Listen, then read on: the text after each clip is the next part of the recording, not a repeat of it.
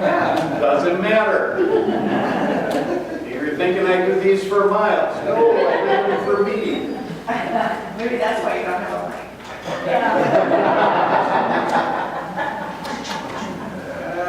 Okay.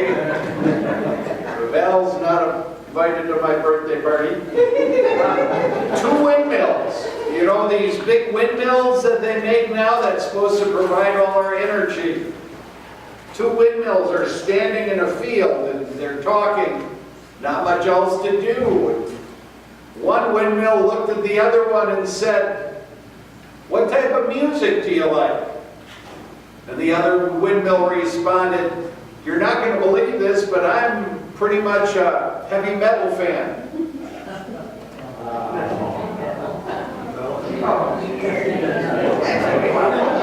Heavy metal fan?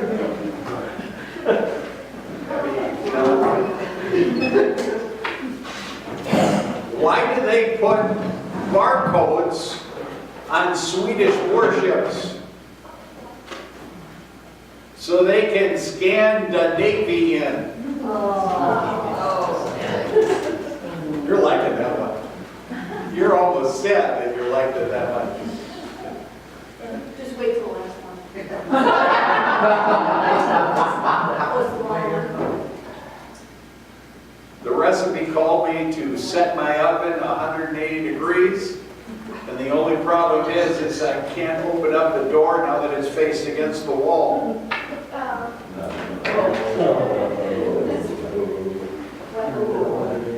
Set my oven 180 degrees, but I can't open up the door now that it's against the wall.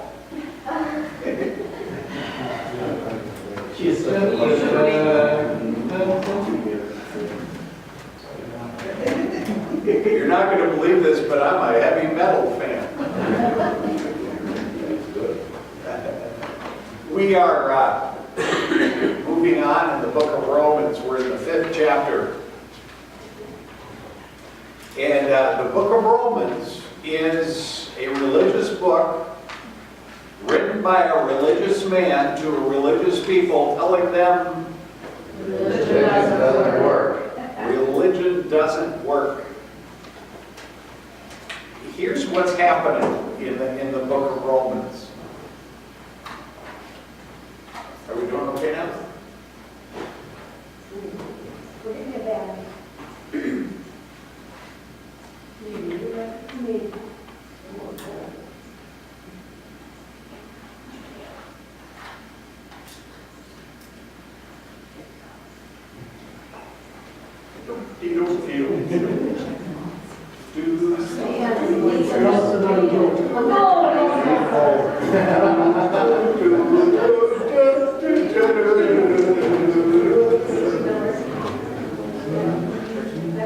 Okay. The book of Romans is basically resetting theology from religion to the gospel, from the center on the law into a connection with God. And today is really a focus on that more than what we have had up to this point, because today we deal with a term called justification. Justification is a term that is misunderstood a lot. It's spoken of a lot, but it's not really relied upon. What has happened up to this point is we have established a pattern which is very humanistic in the Old Testament. Remember the Old Testament, 39 books of man doing pretty much his own thing, and God going, "That's not what I said." 39 books of man's failure. So Jesus came and he says, now I want to reset it. And Paul is in the process of resetting what is true and what isn't. And the very first thing he does is he says, therefore, since we've been justified by faith, 3 things happen. Number one, we have peace with God. No, thank you. I can't handle anything in front of me. Since we have been justified by God, we have peace with Him. What does that mean? That means the end of hostilities. Okay? There is no longer this separation. No longer do we have God's going to get you if you don't behave.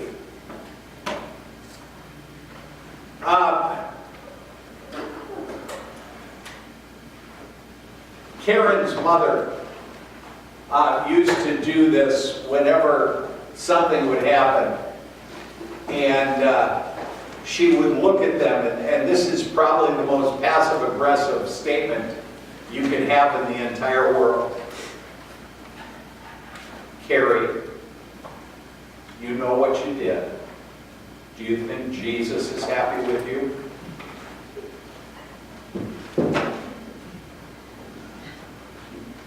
Correct? Pretty much. Is Jesus ever happy with us? Do we ever earn His favor? No.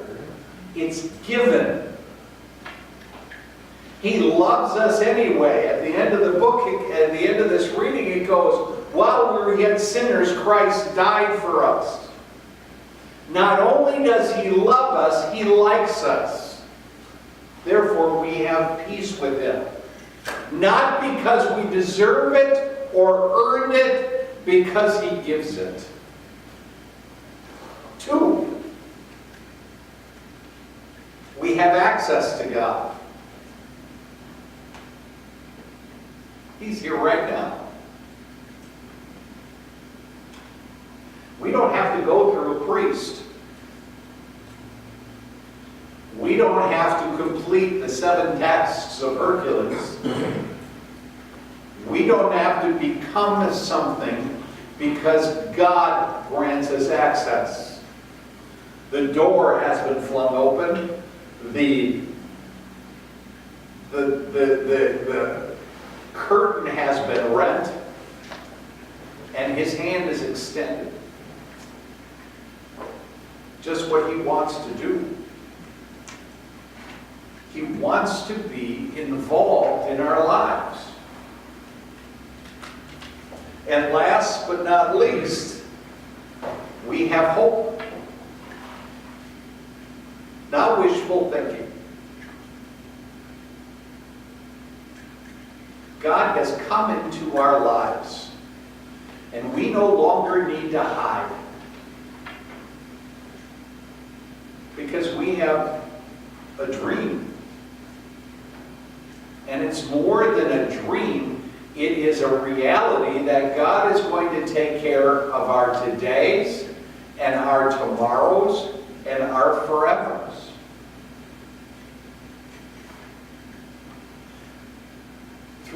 Years before Jesus showed up, God was silent. And people continued to have church. They continued to talk God talk.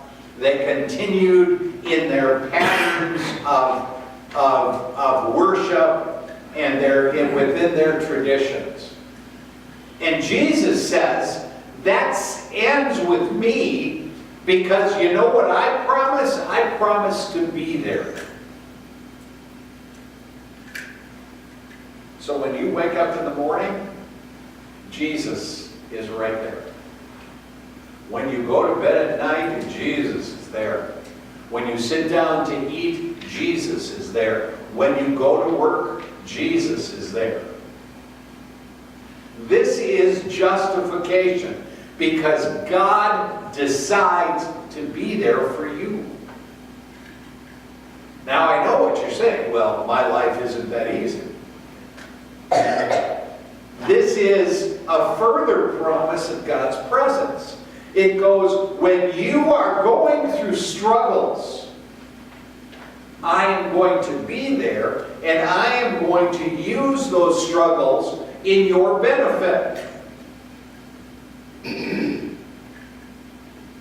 Our struggles produce perseverance. Our perseverance produces character.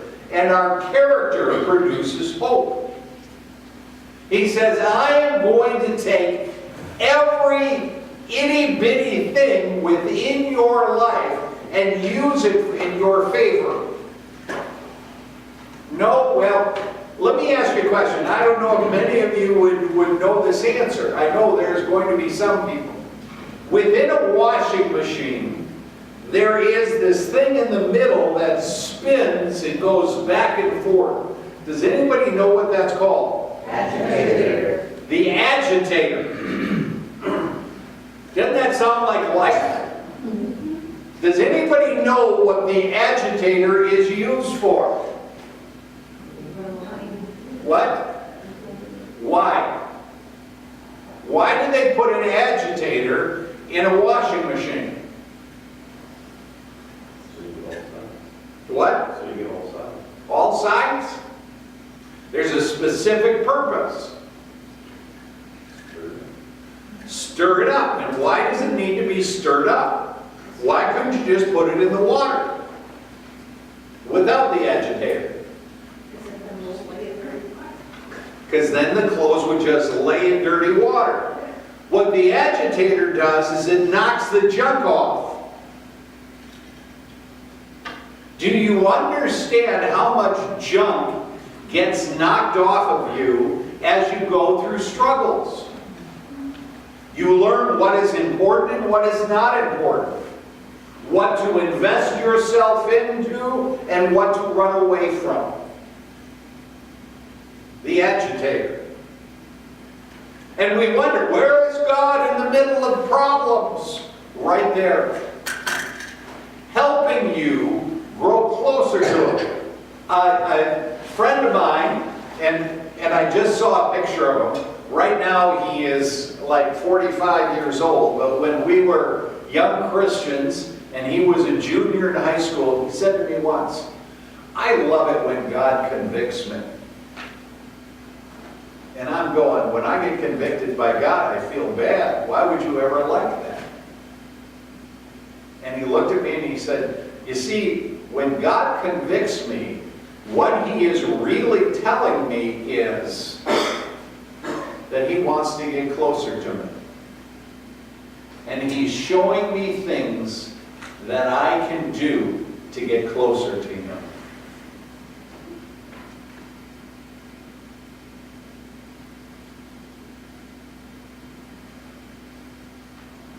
Here's my question for you. Do you just want to lie around in dirty water?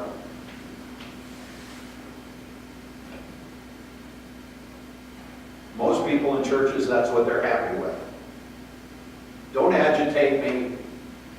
Don't challenge me. Just let me be like I've always been. Let me grow stale.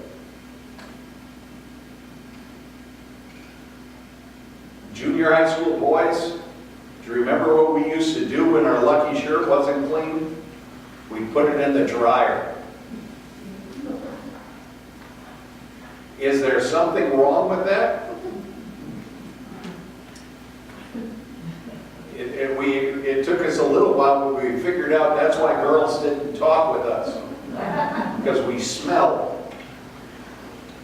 Christians, because you don't allow God to agitate and to continue to work in your life, there are a lot of people that reject your message because you smell.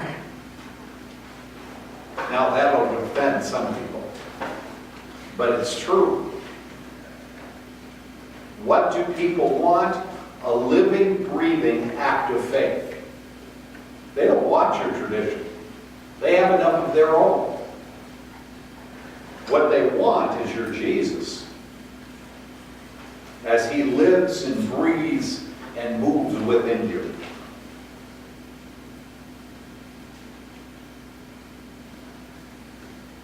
Does that make sense? So when the agitator hits you, realize it's God's loving you and enabling you to move forward.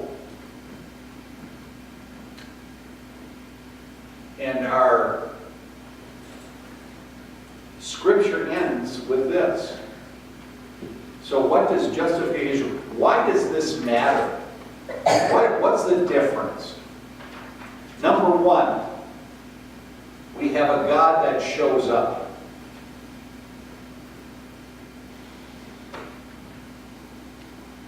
I don't worship a book.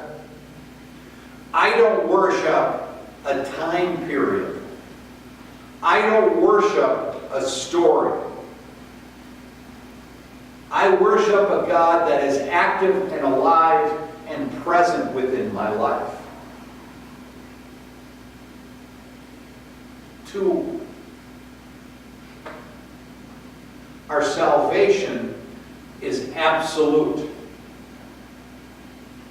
I don't know how many people I've sat at their bedside as they're struggling, and they look at me going, I hope I go to heaven. Translated, I hope I'm good enough to go to heaven. And I need you to know my thought process is, wow, you're in trouble. If you think that you're going to be good enough to go to heaven, whoo, that's a high wall to climb. Justification means that's God's good enough to get you to heaven. Makes better sense? That He died on a cross and He loved you so much that even though you're sort of iffy, it's okay. He's made a way for you. That's what I get just a giggle out of, is when all these people, these Christian people, talk about how good they are and how much better they are than other people. Whoa, don't let the Bible head you in there, buddy.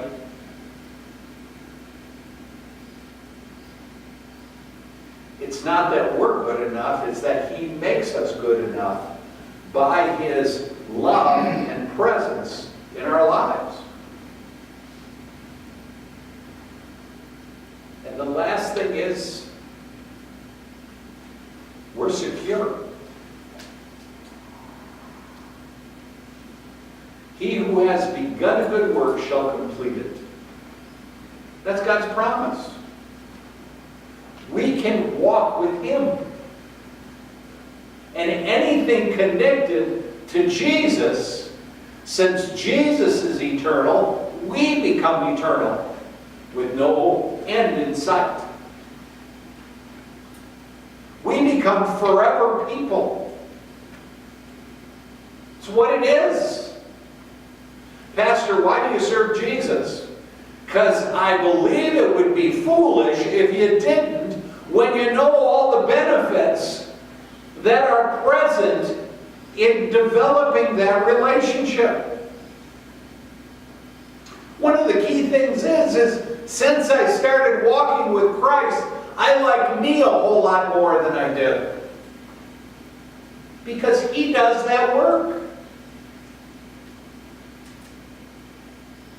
I was reading an article once and it said, what is the best emotion a human being can feel? Think about it. And if you read like I do, my mind begins to wander. I'm thinking love. Love's got to be it. Karen, it's got to be love because you watch Hallmark. Okay? Love. Then there's victory. You know, I love it when the Packers win the Super Bowl. And they might again in the next millennium. Or when the Badgers win, not like yesterday. Or, I don't know, every one of my teams is losing these days. Then I'm thinking compassion. Oh, when your heart goes out to people. And then as I got to the end of the article, it said the number one feeling people can feel is relief. Think about it. Your son is going to be okay. The injury will be taken care of. The cancer is gone. We don't find any more trace of it. The bill is covered and paid. Remember those feelings? When you finally feel relief? Oh no, you lost your job. And you'll never find another job again. And then all of a sudden you get that call on the phone.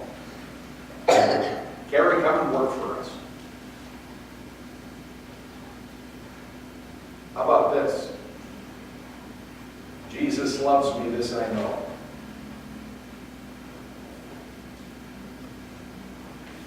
And it's not just the Bible that tells me so. It's His presence in my heart and life. It's the joy He gives. It's the love we have with Him and with each other. It is a living, moving, active presence in our world and lives.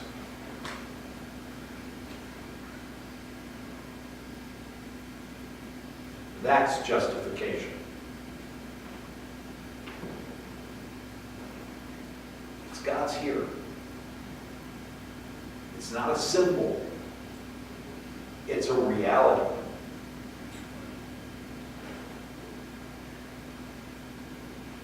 And what I love is the stories I've been hearing from a lot of you, how my life is changing and getting better. Even though I may have been walking with God for 30, 40 years, I am seeing new evidences of His presence, and I am tasting new truth in my life. And God is doing a continued work in who I am and where I'm going.